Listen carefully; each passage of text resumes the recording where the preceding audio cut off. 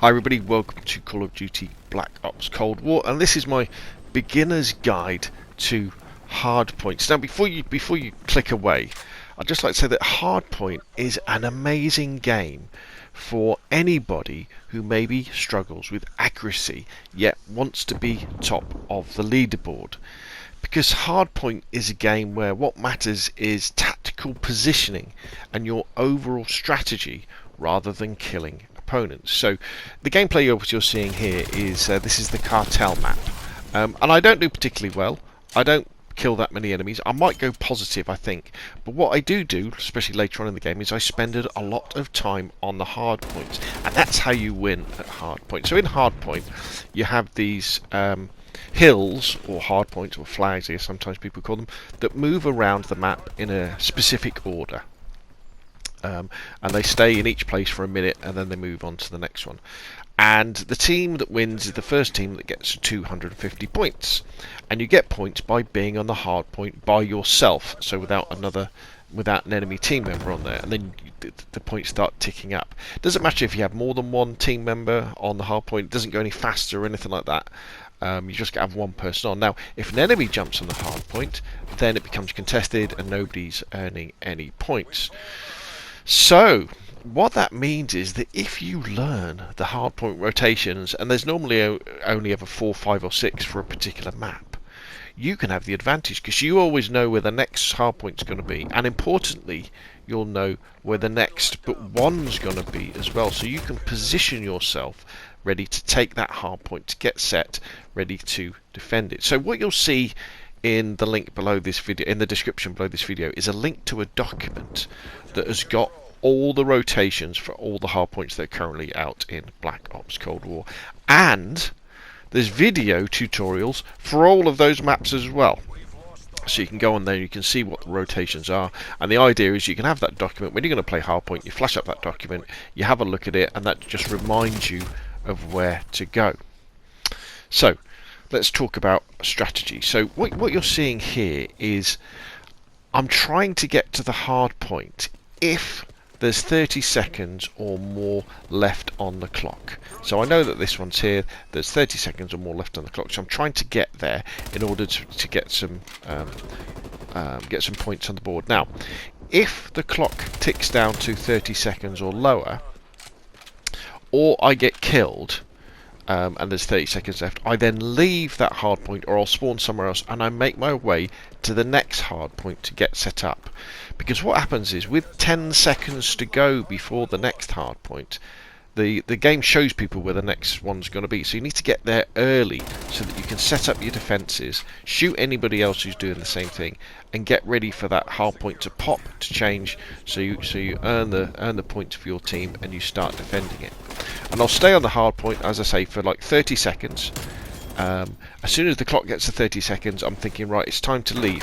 If I'm in a situation where I'm in a gunfight with somebody, what I'll often do then is I'll commit suicide. I'll run out and try and kill them all, because I know that when I get killed, I'm going to be spawned away from the hardpoint, because that's where the enemies are, and then I'll make my way to the next hardpoint.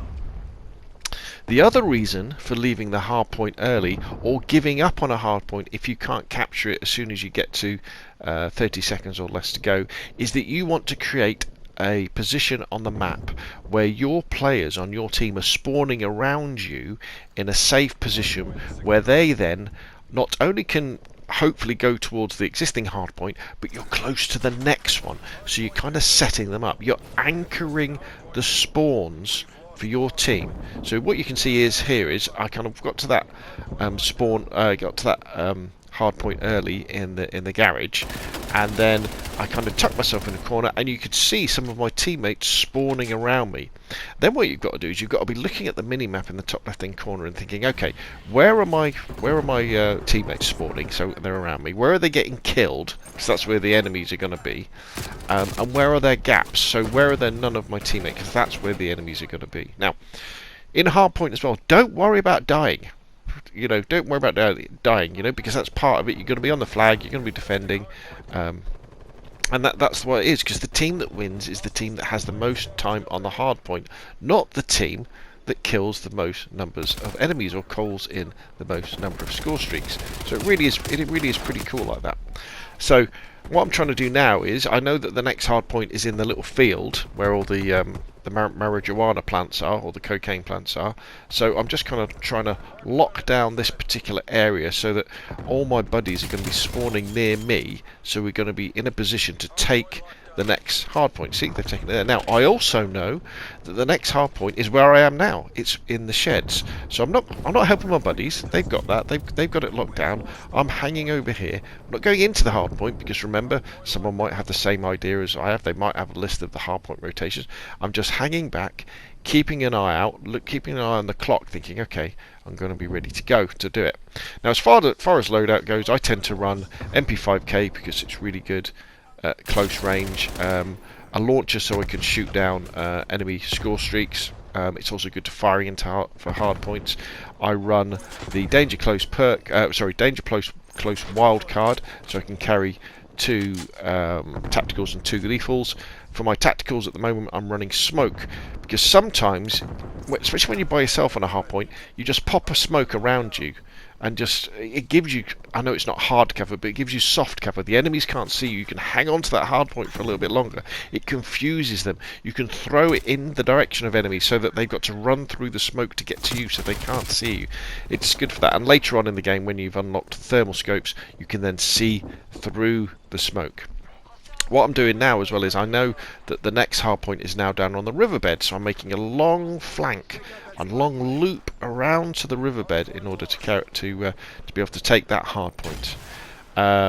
Lethals, I've got frag grenades, but you could go with Semtex, you could go with C4, and then my perks are flak jacket to reduce incoming damage from explosives, and ghost so I don't appear on the minimap when there's a spy plane up and I'm doing these big long flanks, as long as I keep moving.